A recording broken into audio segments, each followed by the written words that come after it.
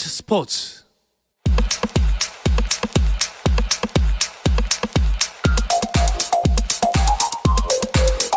금요일 저녁에 축구 이야기, 축구장 가는 길 시작합니다. 스포츠조선의 박찬준 기자 그리고 스포츠서울의 정다워 기자와 함께합니다. 어서 오십시오. 안녕하세요. 반갑습니다. 제가 정다워 기자님은 오늘 처음 뵙는 것 같아요. 예.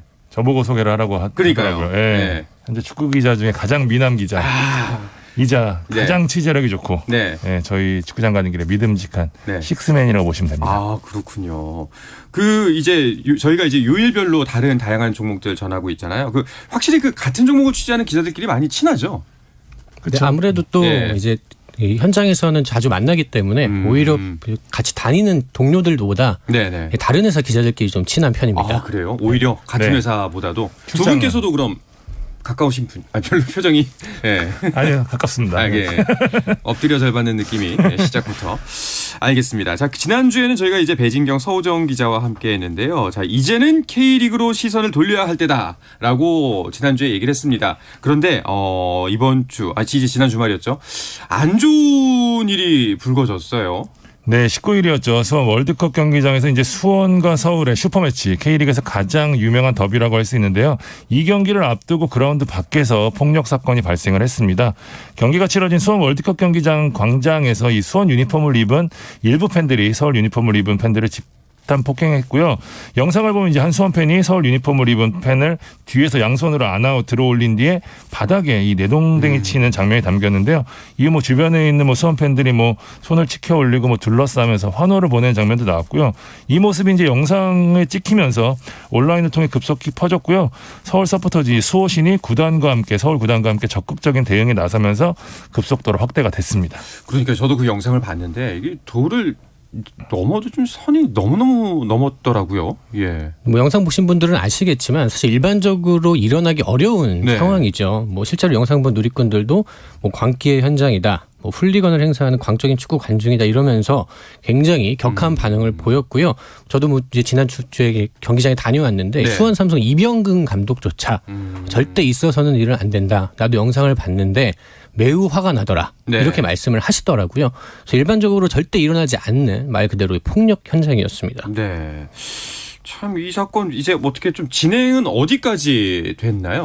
이제 먼저 가해자가 자필로 사과문을 올렸고요. 이제 예. 납득하게 해명들이 많았기 때문에 좀 더욱 역풍을 맞았고 이제 뒤늦게 수원 공식 서포터스와 수원 구단에서 이제 공식 사과문과 함께 가해자에게 향후 2년간 홈경기 출입 정지 방침과 해당 소모임 엄중 경고, 올 시즌 홈경기 시 단체복 착용 및 배너 설치 금지 조치를 내놨지만 좀 미온적이고 이제 네. 한 발 늦은 처사라는 비판을 받았고요.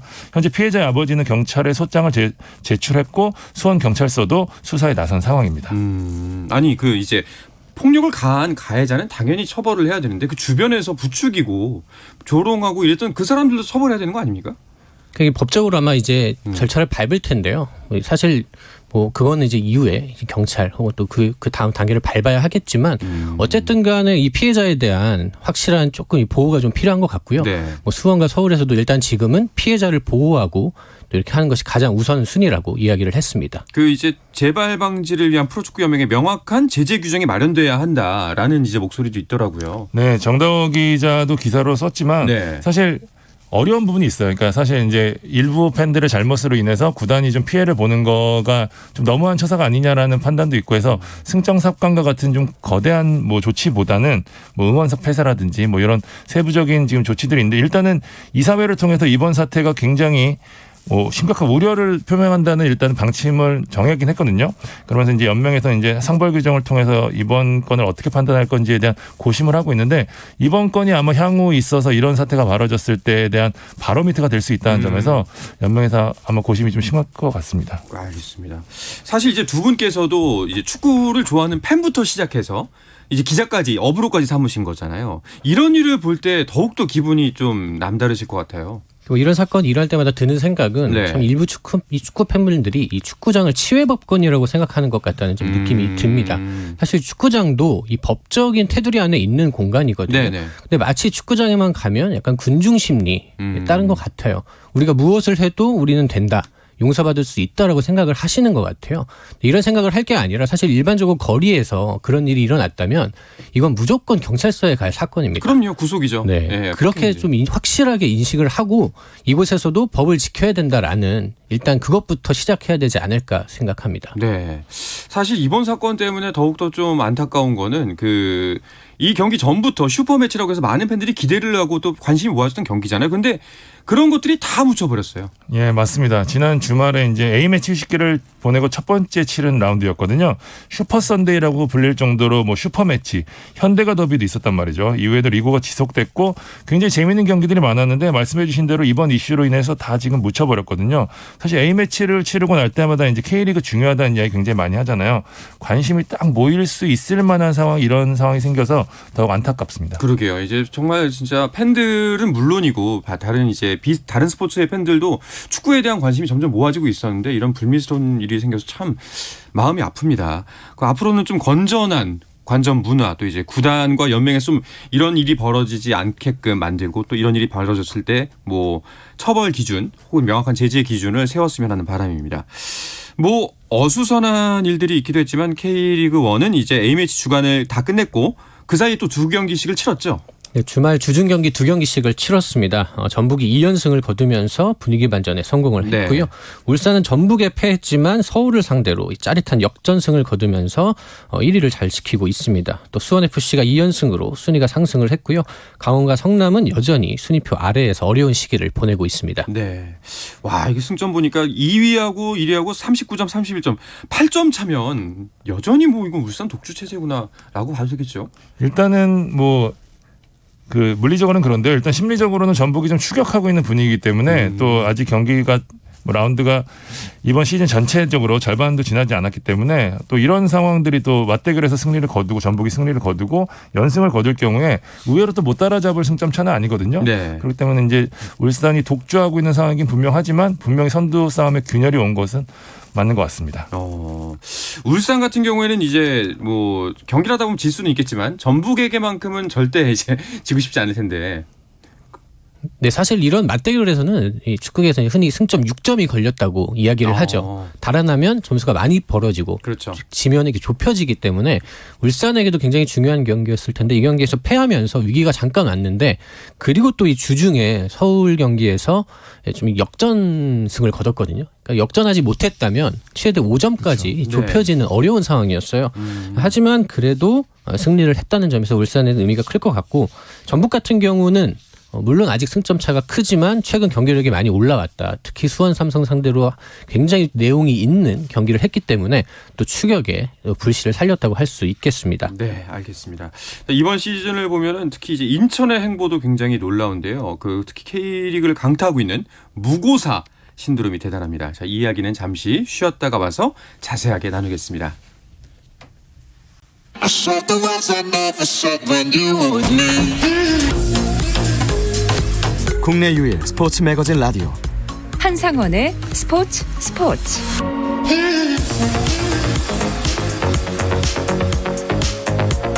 네, 금요일 저녁에 축구 이야기 축구장 가는 길 듣고 계시고요. 스포츠 서울의 정다워 기자 그리고 스포츠조선의 박찬준 기자와 함께하고 있습니다. 이제 시즌 반환점을 눈앞에 둔 K리그 1 이야기 나누고 있습니다. 순위표를 보면요. 인천이 4위입니다. 이것도 놀라운데 경기 내용을 보면은 무고사의 득점력 대단합니다. 예. 네, 모더 선수가 원래 K리그에서 굉장히 잘했던 선수죠. 네. 올 시즌 특히 잘하고 있습니다. 최근에 또다시 강원을 상대로 해트트릭을 기록을 하면서 압도적인 득점 선두를 달리고 있고요. 사실 인천이 원래는 이제 강등을 피하기 위해서 굉장히 고군분투하는 팀이잖아요. 그렇죠. 하지만 올 시즌에는 이 무고사의 활약을 앞세워서 이 파이널 A 총 6팀이 올라가는 이 그룹까지 진입을 노리고 있습니다. 굉장히 페이스 좋습니다. 네. 무고사의 기록을 좀 말씀을 드리면 지금 17경기 만에 14골을 기록 중인데요. 이러면 산술적으로는 꿈의 득점이라고 하죠. 30호 고지도 가능하고요. 더욱 놀라운 게 현재 무고사가 팀 득점의 69%를 네. 혼자서 넣고 있습니다. 정말 어마어마한 수치죠. 강원과의 경기는 이제 저도 하이라이트로 봤거든요. 첫 번째 골은 진짜 이걸 어떻게 저렇게 넣지? 약간 싶을 정도로 약간 농구 포스터 플레이 같더라고요. 예. 그러니까 모더 선수가 거의 완성형 스트라이커라고 보면 될 것 같아요. 네. 양발을 다 잘 쓰고요. 또 헤딩도 잘하고 또 몸싸움도 잘하고 또 동료들을 살려주는 연계 플레이도 좋고 이런 것들이 굉장히 좋기 때문에 뭐 사실 흠잡을 데 없는 스트라이커라고 하는데 이 선수가 워낙 최근에 잘하다 보니까 네. 또 뭐 오늘 같은 경우 또 이제 이적설 이야기가 나올 정도로 굉장히 큰 관심을 받는 선수입니다. 그러니까요. 그 ABH에서도 얼마 전에 해트트릭 했다고 저희가 소식을 전했었거든요. 그걸 똑같이 또 K리그에서 이뤄내네요. 맞아요. 2일날 루마니아전에서 득점을 기록한 데 이어서 15일날에 또 루마니아와의 린턴 매치에서 해트트릭을 기록했거든요. 그러니까 강원전 해트트릭으로 8일 만에 해트트릭을 기록한 거니까 지금 정말 골 감각이 제대로 정말 물이 올랐다라고 해도 과언이 아닐 것 같습니다. 네. 아니 그리고 이제 지금 현재 득점 1위인데 그렇다면 이제 이 1위가 뭐 갑자기 생긴 것도 아니고 다들 이제 무고사 선수한테 공이 가면 위험하다는 걸 알고 있기 때문에 굉장한 밀착 마크가 붙을 때인데도 알고서도 못 막는 건가요? 네, 좀 전에 말씀드렸다시피 진짜 알고도 못 막는 선수가 된 것 같습니다. 그리고 또 한 가지 또 영향이 있는 것은 팀 전력의 업그레이드가 됐다. 좀 이렇게 보면 될 것 같습니다. 사실 스트라이커는 이제 본인의 능력이 아무리 뛰어나도 동료들이 지원해주지 못하면 좀 빛을 보기 어려운 포지션이잖아요. 네. 근데 올 시즌 이제 이명주 선수라는 아주 걸출한 미드필더가 들어오면서 인천 유나이티드 경기력이 전체적으로 상승을 했고요. 그러면서 이제 무고사 선수도 좀 그 영향을 받아서 더 잘하고 있는 게 아닐까 생각합니다. 과거에 무고사 선수랑 같이 뛰었던 네게바 선수라고 있거든요. 이 선수도 나름 이제 브라질 20세 이하 대표까지 했던 족보가 있는 선수인데 이 선수가 무고사랑 처음 연습을 하는데 너무 놀랬대요. 자기가 태어나서 본 선수 중에 슈팅 임팩트가 가장 좋은 선수. 그러니까 때렸을 때 볼이 나가는 속도를 보고 너무 놀랬다고 하더라고요. 네. 그러니까 원래 슈팅이 좋았는데 정다우 기자가 얘기한 대로 지원해 줄 수 있는 선수까지 들어오다 보니까 아무래도 좀 득점 쪽에 지금 전보다 더 올라왔고요. 그러면서 뭐 살짝 이야기했지만 무고사 선수는 아마 이 다음 경기를 끝으로 빗셀곱의 이적이 거의 확실시 되거든요. 때문에 아마 득점 1위는 못할 가능성이 높고요. 일단 인천 입장에서는 이 선수의 대체자, 제가 앞서 말씀드린 대로 팀 득점의 69%를 차지했던 선수가 팀을 떠나기 때문에 4위 유지가 쉽지가 않을 수 있는 상황이거든요. 네. 그러니까 대체자로 과연 누가 들어올지 그러니까 앞으로 남은 시즌을 보는 데 있어서 재미있는 포인트가 될 것 같습니다. 뭐 이게 우스갯소리입니다만 이적한다는 이야기가 나오고 있잖아요. 혹시 귀화 생각은 없는지. 예, 골 결정력을 보면 너무 탐나더라고요. 예. 근데 귀화를 해도 이미 몬테네그로 대표팀에서 뽑혔던 선수이기 때문에 그러니까요. 한국에서는 쓸 수가 없습니다. 알겠습니다. 네. 자, 이게 지금 득점왕 순위를 보고 있거든요. 그 보니까 엄원상 선수의 이름이 눈에 딱 띄네요. 엄원상 선수가 지금 득점 4위입니다. 네. 제가 이 선수는 어려서부터 좀 많이 봤던 선수인데 이 선수 어렸을 때 별명이 뭐였냐면 KTX였습니다. KTX. 네, 굉장히 빠른데 직선적이다라는 우회적인 약간 약점을 이야기하는 별명이었어요. 사실은. 네. 그래서 저도 이제 2019년에 그 폴란드 20세 월드컵을 다녀와서 네. 그 선수를 굉장히 자세히 봤었는데 그때까지만 해도 이 선수가 실제로 그랬습니다. 그러니까 스피드는 너무 좋은데 좀 부드럽지가 못한 거예요. 네네. 그래서 달리면서 좀 안으로도 좀 좁혀가고 또 동료들도 활용하고 이런 플레이가 좀 있어야 되는데 그런 게 조금 아쉬웠거든요. 하지만 또 광주 그리고 또 울산을 거치면서 이 선수가 아주 많은 기술 또 동료들을 활용하는 능력까지 갖추게 되면서 아주 위협적인 공격수로 성장을 했습니다. 그렇군요. 이게 저는 좀 개인적으로 궁금한 게 이제 기자분들이니까 뭐 선수들이 프로 데뷔 전 어렸을 때부터 본 선수들이 많잖아요. 그 선수들이 진화하거나 뭐 여러 가지 모습들을 볼 때 기분이 좀 어떠세요?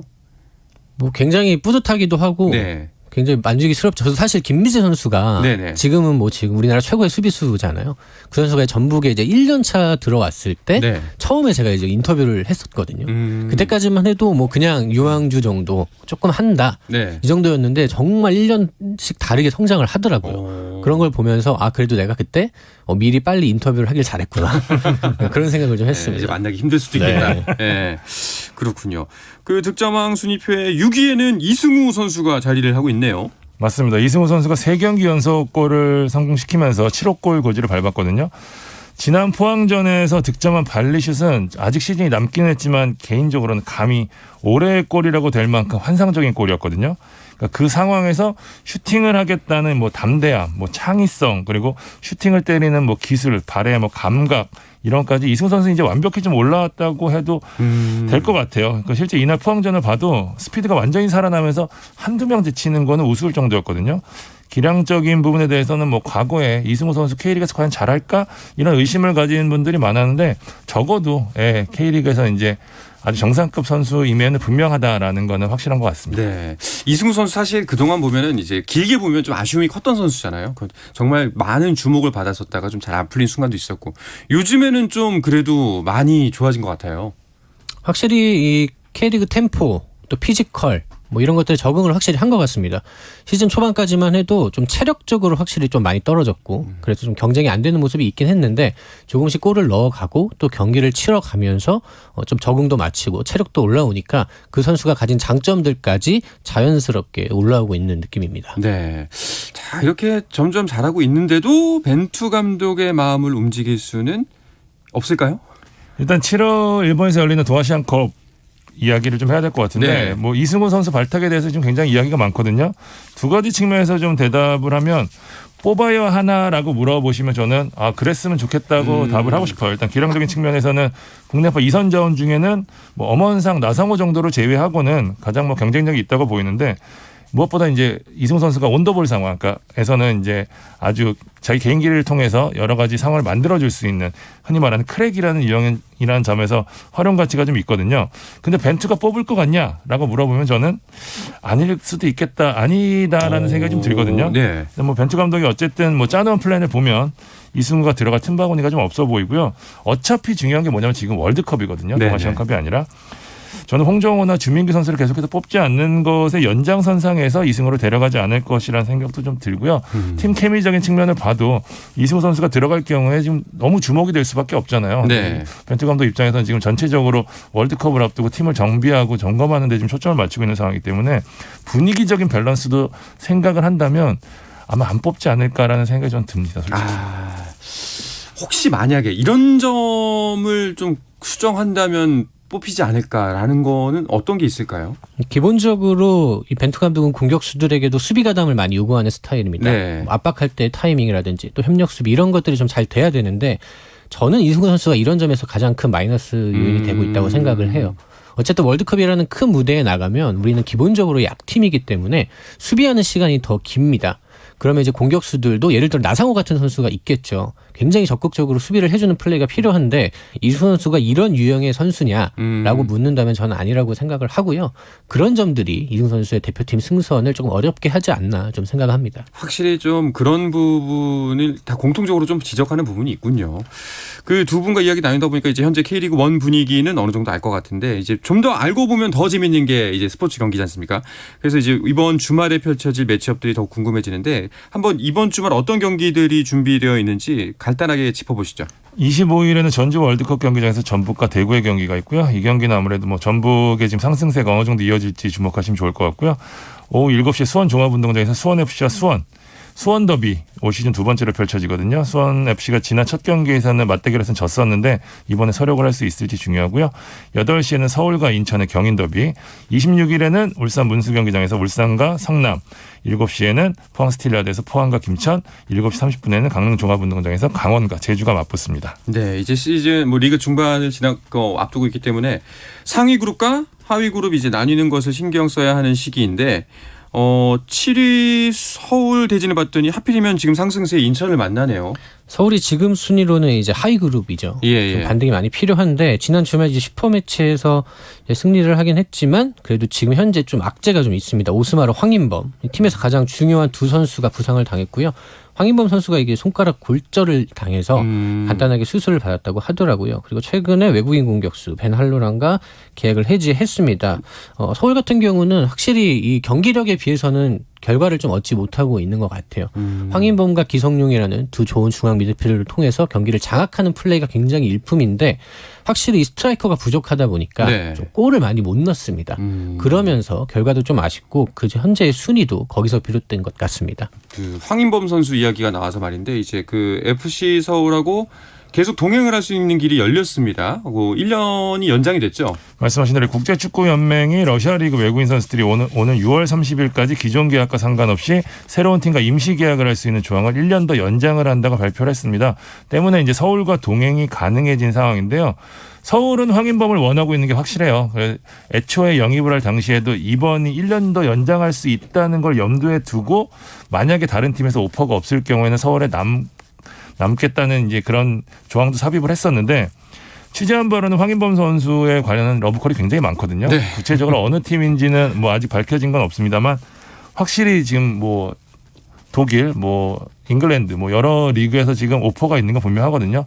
황인범 선수도 최근에 좀 기억할 만한 인터뷰를 한 게 브라질전 이후에 많은 것을 배웠고 나가야 된다, 좋은 선수들과 해야 된다는 생각이 들었다는 얘기를 한 거 보면 무조건 유럽에 가겠다는 뜻으로 보이고요. 아마 이거에 관련돼서 좀 조만간 발표가 있지 않을까. 실제 좀 황인범 선수 아버지가 이런 좀 선택을 할 때 항상 전화기가 꺼져 있거든요.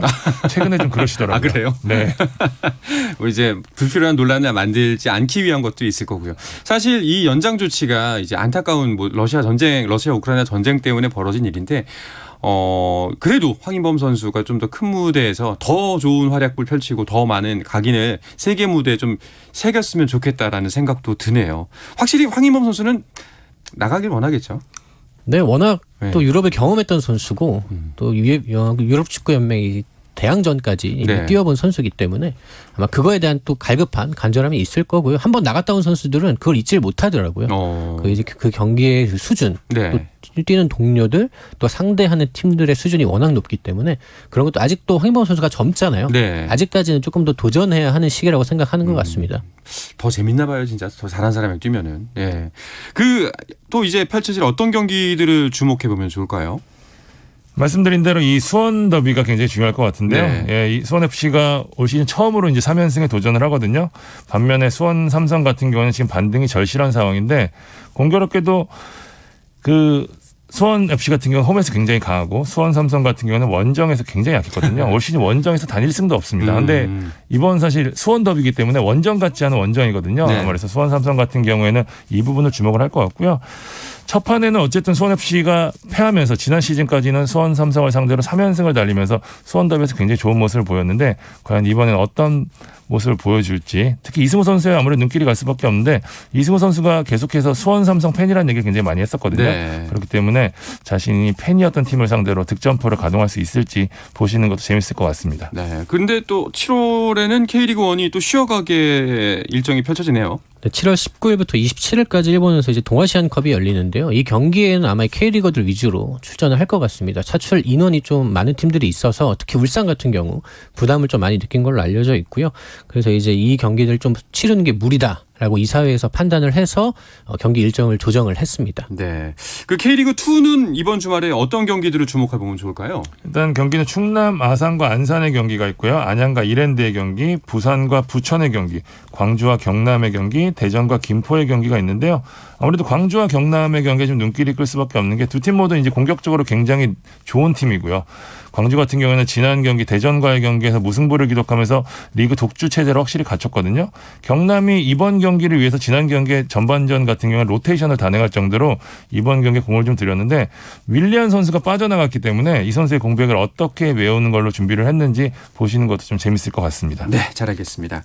자, 내년 시즌에는 K리그 2에 팀이 하나 더 생긴다고 합니다. 충북 청주 FC가 내년부터 2부 리그에서 뛴다고 하는데요.